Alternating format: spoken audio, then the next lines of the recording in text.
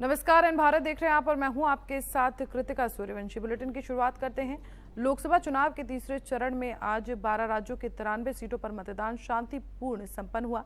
इस चरण में कुल 1331 प्रत्याशी चुनावी मैदान में उतरे। तीसरे चरण में 8.85 करोड़ पुरुष मतदाता और 8.39 करोड़ महिला मतदाता शामिल हुई। तीसरे चरण के रण में 10 केंद्रीय मंत्री और 4 पूर्व मुख्यमंत्री समेत कई दिग्गजों की साख दांव पर लगी है। वहीं उत्तर प्रदेश की 10, गुजरात की 25, कर्नाटक की 14, महाराष्ट्र की 11, मध्य प्रदेश की 9, असम की 4, बिहार की 5, छत्तीसगढ़ की 7 और पश्चिम बंगाल की 4, दमन दीव और दादरा एवं नगर हवेली की 2 सीटों पर मतदान संपन्न हुआ है।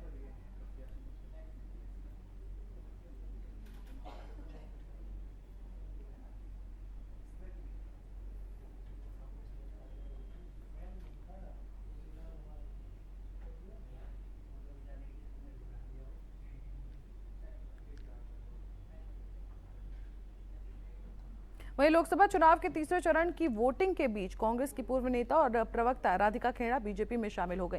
वहीं हीरा मंडी स्टार एक्टर शेखर सुमन ने भी दिल्ली स्थित पार्टी मुख्यालय में बीजेपी की सदस्यता ली। हालांकि स्पष्ट नहीं है कि सुमन भविष्य में चुनाव लड़ेंगे या नहीं। शेखर सुमन को हाल ही में रिलीज हुई वेब सीरीज हीरा मंडी में देखा गया था। आपको बता दें कि कांग्रेस पर चौंकाने वाले आरोप लगाने के एक दिन बाद राधिका खेड़ा बीजेपी में शामिल हुई हैं और उन्होंने दावा किया कि राम मंदिर का दौरा करने और तस्वीरें शेयर करने पर उन्हें कांग्रेस ने फटकार लगाई थी। खेड़ा ने गंभीर आरोप लगाते हुए कहा कि राहुल गांधी की भारत जोड़ो न्याय यात्रा के दौरान कांग्रेस नेता सुशील आनंद शुक्ला ने उन्हें शराब ऑफर की थी और नशे की हालत में 5 पार्टी कार्यकर्ताओं के साथ उनके कमरे का दरवाजा खटखटाया था। वहीं बीजेपी में शामिल हुए शेखर सुमन ने कहा कि ईश्वर ने मुझे यहां आने का आदेश दिया है और मैं ईश्वर का तहे दिल से शुक्रिया अदा करता हूं। आज बीजेपी में राधिका खेड़ा, जो कि कांग्रेस प्रवक्ता थी, वो भी बीजेपी में शामिल हो गई हैं। शेखर सुमन अभी हाल ही में हीरा मंडी नेटफ्लिक्स की सीरीज में नजर आए हैं। मालूम नहीं था कि मैं आज यहाँ बैठूंगा,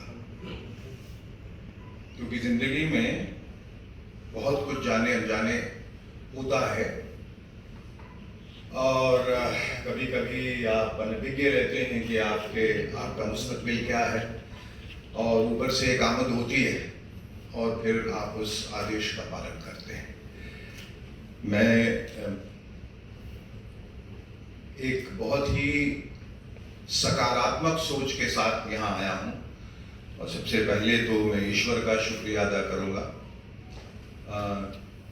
कि उन्होंने मुझे यहाँ तक आने का आदेश दिया और आदरणीय सम्माननीय प्रधानमंत्री जी नरेंद्र मोदी जी, अमित शाह जी, या मंच पर आसीन विनोद तावड़े जी, अनिल बलूनी साहब, संजय मयूर, जेपी नड्डा जी का भी शुक्रिया अदा करूंगा, अनुराग ठाकुर जी का, राधिका जी का, जो अभी अभी मेरी दोस्त बनी हो, और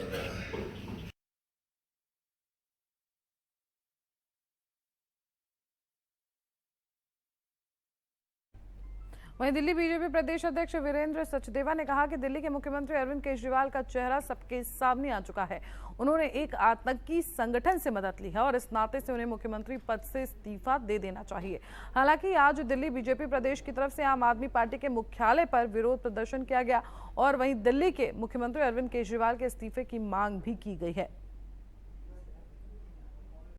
देखिए, आम आदमी पार्टी देशद्रोही संगठनों से पैसा ले रही है, प्रतिबंधित आतंकी संगठनों से पैसा ले रही है, तो ऐसे लोगों को समाज में रहने का अधिकार है या नहीं, ये भी एक बार देखना होगा। मतलब देश के टुकड़े करने वाले, देश को तोड़ने की बात करने वाले ऐसे आतंकी संगठनों के साथ आप जाके हाथ मिलाते हैं, उनसे पैसा लेते हैं। 134 करोड़ रुपए लिया आपने अपनी राजनीतिक सत्ता बचाने के लिए। आपकी राजनीतिक भूख बढ़ गई है कि आप देश के दुश्मनों के साथ हाथ मिलाएंगे। मैं इस जांच का स्वागत करता हूं और मांग करता हूं तुरंत समय अवधि के अंदर इसकी जांच होनी चाहिए और ऐसे लोगों के खिलाफ कड़ी कार्रवाई होनी चाहिए। मैं कह रहा हूं, शर्म आनी चाहिए अरविंद केजरीवाल और ऐसे लोगों को जो शहीद भगत सिंह का नाम लेते हैं। वहीं संभल लोकसभा सीट से समाजवादी पार्टी के प्रत्याशी जियाउर रहमान बर्क ने पुलिस प्रशासन पर गंभीर आरोप लगाते हुए कहा कि 400 लोगों को विभिन्न स्थानों से गिरफ्तार किया गया है। उन्होंने कहा कि मतदान को प्रभावित करने के लिए उनके एजेंट और वोटर को गिरफ्तार किया जा सकता है। सपा प्रत्याशी अपनी लोकसभा क्षेत्र के सभी सपा विधायकों के साथ शिकायत करने डीएम के यहां पहुंचे। उन्होंने चुनाव को निष्पक्ष कराने के लिए चुनाव आयोग से एक अलग ऑब्जर्वर तैनात करने की भी मांग की। भाई मतदान केंद्र क्या हुआ? भाई मतदान केंद्र में इस टाइम चंद्रशेखर विधानसभा के नगर पंचायत नरोली में आया हूँ।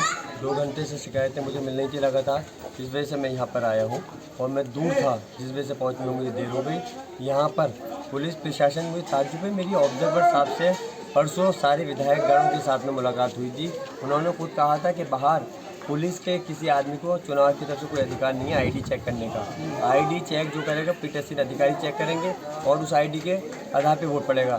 जो सबसे बड़ी यहाँ पे जो कमियाँ 2-3 हैं सामने, एक तो पुलिस वाले यहाँ पे आईडी चेक कर रहे हैं जो उनको कोई अधिकार नहीं है आईडी चेक करने का बाहर, ये गलत है। इसकी शिकायत मैंने दर्ज कराई है।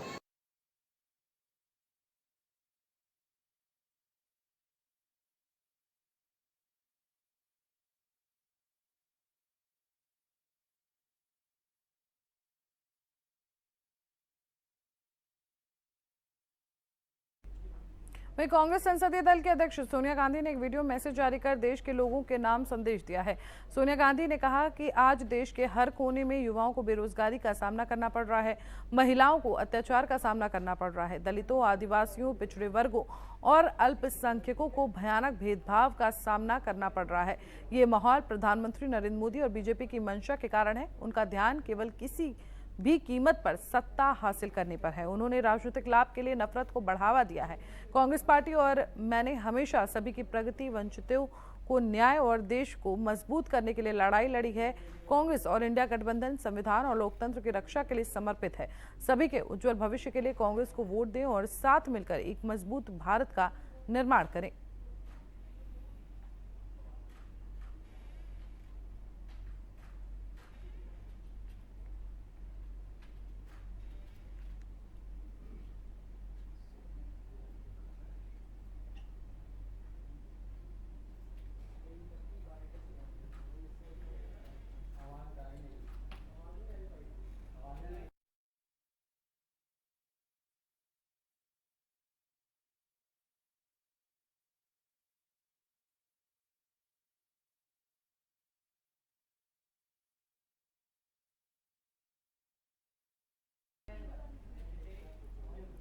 वहीं अमरोहा के नौगांवा सादात रोड के गांव पिलाकुंड में तेज रफ्तार कार पेड़ से टकरा गई। सड़क हादसे में मां और बेटे की मौके पर ही दर्दनाक मौत हो गई और कार ड्राइवर सहित 4 लोग गंभीर रूप से घायल हो गए।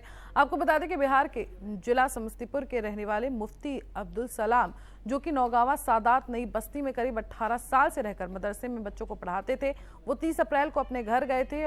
आज वो परिवार के साथ वापस आ रहे थे, जो कि ट्रेन से मुरादाबाद पहुंचे और मुरादाबाद से नौगांवा सादात वापस आ रहे थे। तभी रास्ते में दर्दनाक हादसा हो गया, जिसमें मौके पर ही मुफ्ती साहब की पत्नी और बेटी की दर्दनाक मौत हो गई और मुफ्ती साहब और उनके 2 बेटों सहित ड्राइवर गंभीर रूप से घायल हो गए, जिनको अस्पताल में भर्ती कराया गया है, जहां पर उनका इलाज चल रहा है। सूचना पर पहुंची पुलिस ने दोनों शवों का पंचनामा भरकर पोस्टमार्टम के लिए भेज दिया है और अग्रिम कार्रवाई में जुट गई है।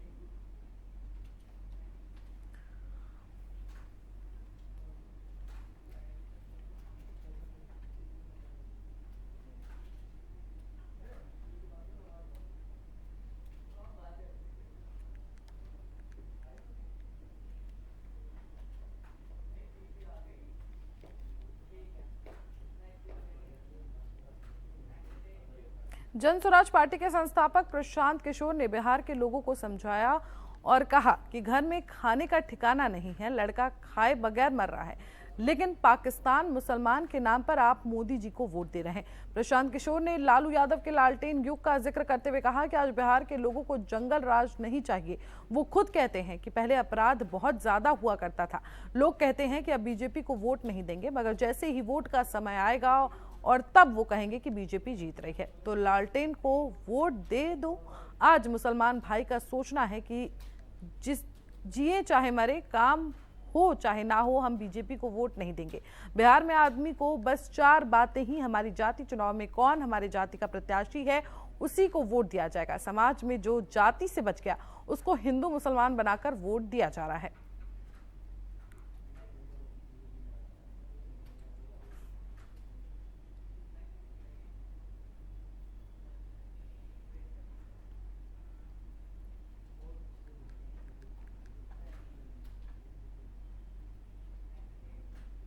वहीं केंद्रीय विद्यालय 205 कोबरा बटालियन सीआरपीएफ 12 चट्टी के अस्थायी विद्यालय भवन का उद्घाटन सोमवार को सायं 6 बजे माननीय Shri Kailash ji cobra battalion CRPF के कर कमलों द्वारा किया गया।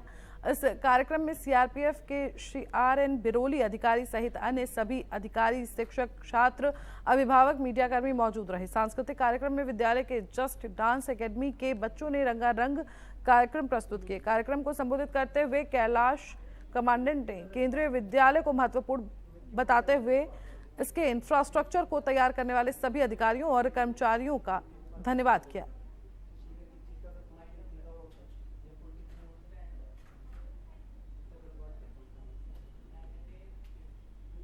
मेरे साथ इस बुलेटिन में इतना ही। देश और दुनिया की तमाम बड़ी खबरों के लिए देखते रहिए एन भारत।